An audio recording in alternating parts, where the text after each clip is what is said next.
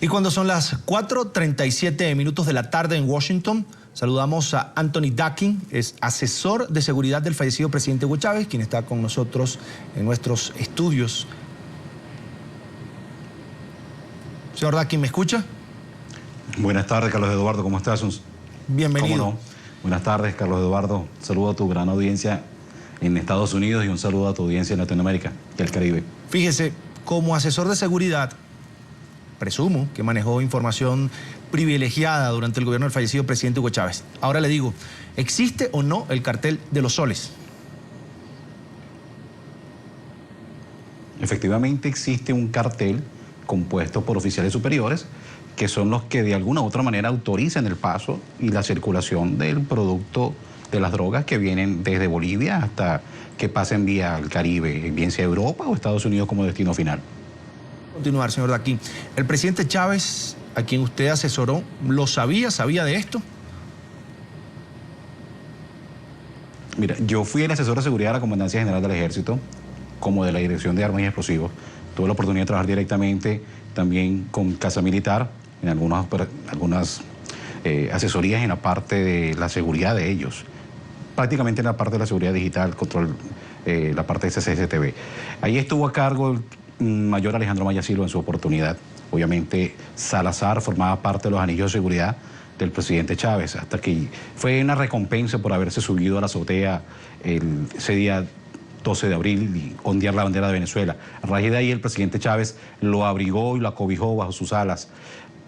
Eso le dio al capitán Salazar, de alguna u otra forma, la oportunidad de ver de cerca cada una de los hechos más comprometedores que pasaron por el país. Salazar tenía que estar presente en cada una de las reuniones, por muy confidenciales que fueran, porque era el hombre de mayor acceso al presidente y tenía a cargo la responsabilidad de él. Por eso las declaraciones de la señora madre. Salazar, de alguna u otra manera, no tenían nada en contra del presidente Chávez, era un incondicional presidente Chávez, y se siente traicionado, obviamente, tanto por Diosdado Cabello como por Nicolás Maduro. Antes de seguir hablando de la figura del capitán Salazar, de cómo él, pues hemos comprobado y ha comprobado quizás el mundo entero que sí estuvo cercano, estuvo incluso en el primer anillo de seguridad del presidente de la República, incluso se ve la diferenciación en las corbatas de los efectivos de seguridad que acompañaban al mandatario en sus diferentes actos, y uno de los más cercanos, por supuesto, era el capitán Salazar. Señor Dakin, hablemos de cómo funciona esta organización criminal llamada el Cartel de los Soles. Mira, el Cartel de los Soles, hay que entender la estructura. Yo considero que ha habido una malinterpretación de cómo se le ha denominado. Se le ha llamado cartel porque hay que darle un nombre. Tú no puedes determinar, pero es un grupo de oficiales superiores, oficiales obviamente con rango, estamos hablando de coronel, estamos hablando de generales de brigada, generales de división. Todo esto comenzó muy temprano. Esto era una organización muy pequeña que era manejada solamente por la Guardia Nacional. A los principios cuando el presidente Chávez comienza a operar en Venezuela, en el año 98. Ya en el año 2001, cuando pasan los primeros acontecimientos donde algunos oficiales de la Guardia Nacional, algunos coroneles, pasan a ser detenidos, se sospecha que estaban involucrados en cargamento de droga. En ese momento el presidente Chávez toma la determinación de que había que hacer algo, y es cuando involucra a los otros demás componentes al resguardo de la nación. Y en ese resguardo del territorio, obviamente, cuando se tienen los teatros de operaciones, en aquella oportunidad, estos oficiales superiores tuvieron la posibilidad de entrar en contacto con lo que ellos llaman brokers o lo que ellos llaman dealers. La droga llegaba hasta Venezuela. En Venezuela un tercero era el que se encargaba de hacer la negociación directamente con estos oficiales, y estos oficiales lo que hacían simplemente era informar en cada uno de los puntos de control alcabalas. Mira, hay un vehículo con las siguientes características, por favor, necesito que le des un apoyo logístico al vehículo hasta que el vehículo llegue a su destino final. Eso obviamente trae como contribución y retribución un pago. Ese pago después distribuido en toda esa línea de distribución de todas las personas que estuvieron involucradas. Por lo general, esto es algo solamente a nivel superior. Los oficiales que están por debajo de esos rangos simplemente tienen que guardar silencio. Ellos saben que algo no está bien, y ellos saben que está ocurriendo una operación que está al margen de la ley. ¿Por qué razón ese vehículo pasó sin ningún tipo de requisición? Pero quienes manejan todo esto sigue siendo a nivel de oficiales superiores. En el caso de Diosdado Cabello, eres quien designa, y él ha designado por los últimos 8 años, sin importar que el presidente de la República ha estado a la cabeza, él ha tenido su poder de designar, de influir sobre las decisiones de qué oficiales van a ocupar cada uno de estos cargos. Hay algo que llama la atención. Con la salida de la DEA en el año 2006, los teatros de operaciones dejan de existir en Venezuela. Y es cuando ellos tienen la posibilidad de ver incrementado su patrimonio. Y cuando digo incrementado su patrimonio, estamos hablando de los oficiales. Estamos hablando de oficiales superiores que han ocupado puestos claves en cada una de estas guarniciones. Ya el teatro de operaciones no funcionaba, que tenía de alguna u otra manera forma de proteger la frontera. Venezuela y la Fuerza Armada Nacional se hace de la vista gorda, y al hacerse de la vista gorda, todos estos carteles y toda esta influencia pasa directamente por Venezuela, ante la mirada inédita de cada uno de estos oficiales. Y es la forma como funciona el cartel realmente. Precisamente le quería preguntar por la salida de la DEA de territorio venezolano. ¿Se puede decir entonces que fue ese cartel organizado en diferentes cargos de importancia dentro tanto de la Fuerza Armada como político que llegaron quizás al despacho del presidente de la República, entonces Hugo Chávez, y pues le llenaron la cabeza de algunas ideas extrañas respecto al trabajo de la DEA y precisamente buscaban que saliera del país?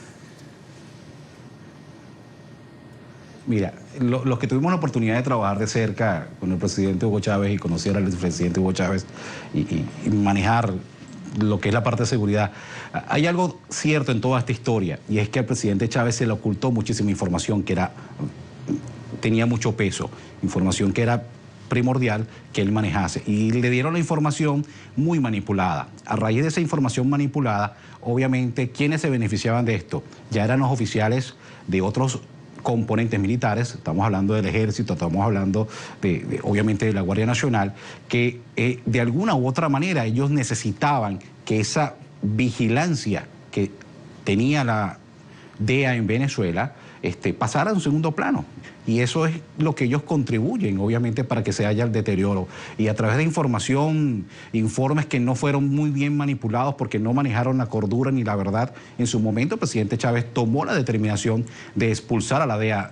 Y la expulsó con el pretexto de que estaban espiando y todo lo demás. Mira, simplemente lo que estaba era afectando una unidad de negocio de una cantidad de oficiales. Estamos hablando nuevamente de coroneles, estamos hablando de generales, y por eso se le llama el cartel de los soles, porque por lo general siempre es, en todo lo que es la organización militar, el mando y el rango, obviamente en general, tiene muchísimo peso.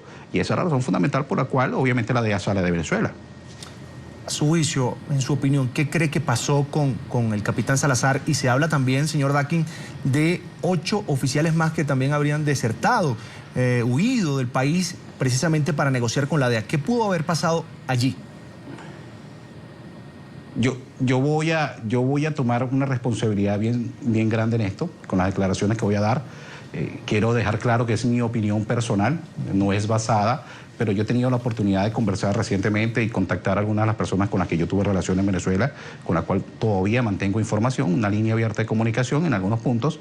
En el caso del capitán Salazar, mira, es un hombre del cual no hay que dudar. La honorabilidad del capitán Salazar es un hombre que inclusive, si tú revisas su patrimonio personal, él no tuvo la oportunidad de enriquecerse. Este fue un señor que realmente tenía un amor por un señor que él vio que de alguna u otra manera, estamos hablando de Hugo Chávez, se vio afectado, no fue manejado de la forma correcta, lo tumbaron del poder, lo derrocaron del poder, lo volvieron a colocar. Y esa es la forma como Salazar, él veía al presidente Chávez. Él estaba casado con una idea política, con un modelo político. ¿Qué sucede hoy en día con el capitán Salazar? El capitán Salazar fue testigo primordial, clave, de las operaciones, de las decisiones que se tomaron alrededor del presidente Chávez. En esos 12 años, él tuvo la oportunidad de ser testigo presencial, de visualizar. En reuniones con altos mandatarios, quien estaba inclusive en esas reuniones era Salazar. Es por eso la importancia que tiene el capitán Salazar. El capitán Salazar tiene una importancia sumamente grande dentro de todos estos procesos. Pero también hay que darle cabida a la esposa de Salazar, la capitán Linares Leal, obviamente, que es su reciente esposa del Ejército. Esta capitana estuvo manejando información clave, primordial, que se manejaba tanto en el Banco de Venezuela como en el Ministerio de Finanzas, que es donde obviamente salían la mayoría de los cheques, pagos y pare de contar la cantidad de desfalcos que le han hecho a Venezuela. Entonces, si tú haces esa nomenclatura y armas ese rompecabezas de la información que maneja el capitán Salazar y obviamente la información que maneja el capitán Linares Leal, estamos hablando de que obviamente las autoridades en Estados Unidos se han hecho de realmente, mira, el tesoro más preciado que podía haber en información y pudiera delatar a alguien en Venezuela, obviamente lo tienen en sus manos hoy en día, porque van a tener la posibilidad de atar muchísimos cabos. En el caso de Diosdado Cabello, los allanamientos son puntuales. Sí, Diosdado Cabello ha venido acusando a medios de comunicación, ha venido acusando inclusive a NTN24, ha venido acusando a La Patilla, ha venido acusando inclusive al diario ABC de que han orquestado una campaña en contra de él. Pero mucha gente olvida, el problema que tenemos los seres humanos es que tenemos mala memoria. Pero fue realmente el diario del ABC quien dio la primicia cuando Hugo Chávez tenía cáncer. Y lo primero que hicieron fue descalificarlo. Se le descalificó al diario ABC y se dijo que eso era falso, que eran cosas infundadas. Mira, a la final, el propio presidente Hugo Chávez dio... ¿Y qué pasa con esas amenazas de que iban a demandar al diario ABC en su momento por haber dicho que el presidente tenía una enfermedad incurable, que esa era una campaña orquestada? Lo mismo está sucediendo en esta oportunidad. Yo calculo que en un periodo menos de 24 meses, y quizás en 12 meses, podamos ver el desenlace final de esto. Y el desenlace final es, mira, en estos momentos, la guerra interna en Venezuela, dentro de la propia organización del PSV, la estamos visualizando porque están encontradas. Ese matrimonio ficticio que existe entre Diosdado Cabello y Nicolás Maduro, eso es mentira. Ellos se odian a muerte. Se odian a muerte no desde ahora, se odian a muerte desde hace muchísimos años atrás. El problema es la memoria. En las computadoras de Raúl Reyes, inclusive en aquellos documentos trayendo la historia, te puedes ver cómo están enfrentados, inclusive se lo reportan a las propias FARC, le reportan inclusive esos enfrentamientos entre Freddy Bernal, Cabello, Cilia Flores contra el ala militar. Y ese enfrentamiento lo estamos viendo ahorita. Mira, ambos grupos, tanto Maduro como Cilia, como Bernal, como Cabello y todos estos militares, decían que no hay chavismo sin Chávez. ¿Cómo puede que eso es mentira? Que al contrario, fíjate que hoy en día defienden un modelo del cual están totalmente distanciados. Entonces lo que estamos viendo es realmente el fin de una dictadura que afortunadamente para todos los venezolanos va a tener un desenlace que es el que estamos esperando, pues que se haga justicia, que regrese la democracia al país y que se acabe que Venezuela siga siendo ese territorio de impunidad donde todos los carteles y trafican la droga. Mira, como sea, la situación es sumamente seria. Señor Daquín, y lo estamos evidenciando ahorita. ¿Cómo tú te preguntas y me dices?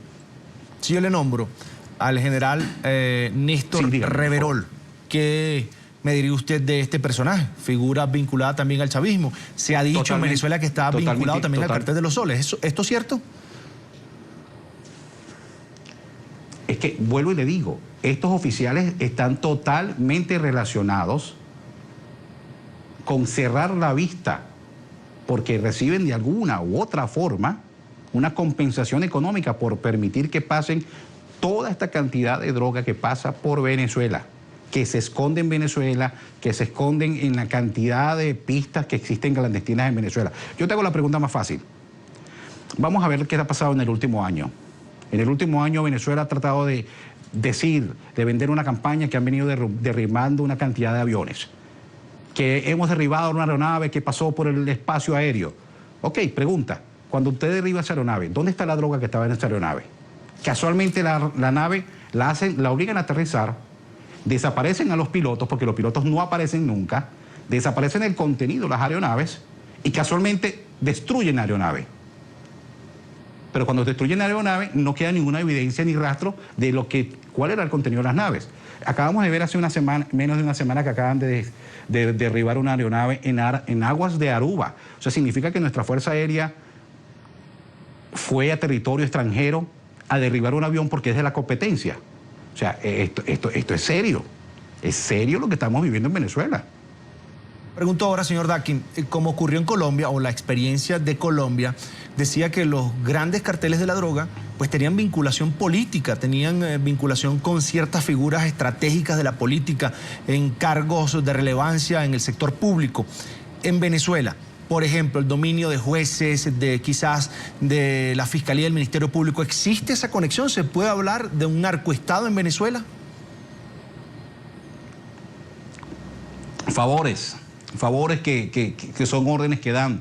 Mira, yo tuve la oportunidad de ver a la senadora, cuando era la senadora en su momento, hoy en día ex senadora Córdoba, la vi reunida en despacho, en Interior de Justicia, pidiendo favores.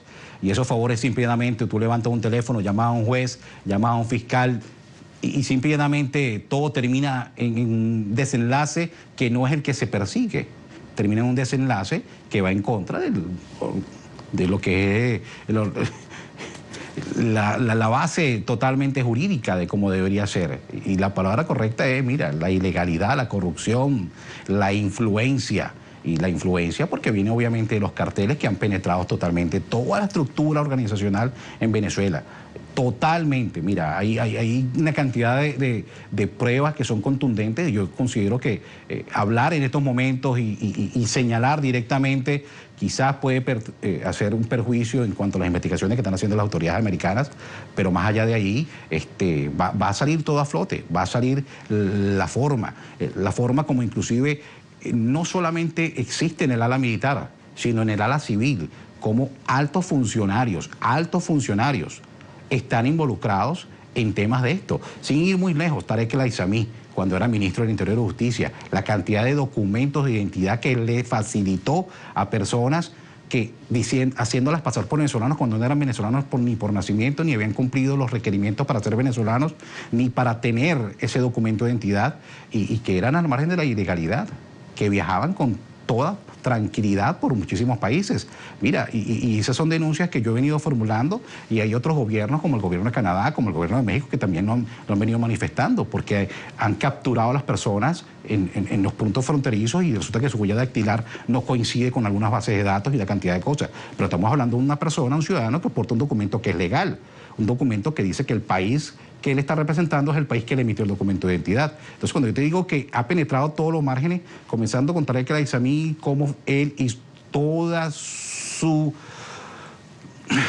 red de distribución hacia Europa, con estos grupos terroristas, con ETA, con Hezbollah, con todos estos grupos que hacen vida hoy en día en Venezuela, en la isla de Margarita, en los llanos de Venezuela.